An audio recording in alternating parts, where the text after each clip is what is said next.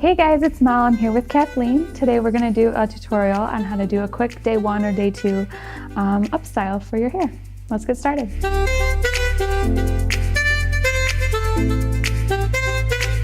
Things you'll need today are a clear elastic and bobby pins.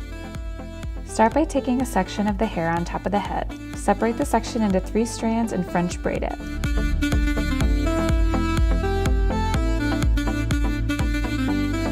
Tie the braid off with an elastic. Then twist the pony we just made and use a push-pull method to create a bun.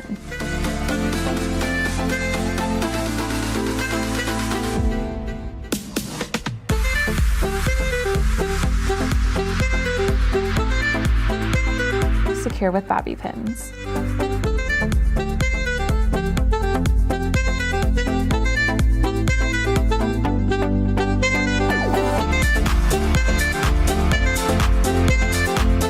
Thanks for watching. I hope you found this tutorial helpful. If you have any questions or comments, feel free to reach out to me. I'd love to hear from you. See you next time.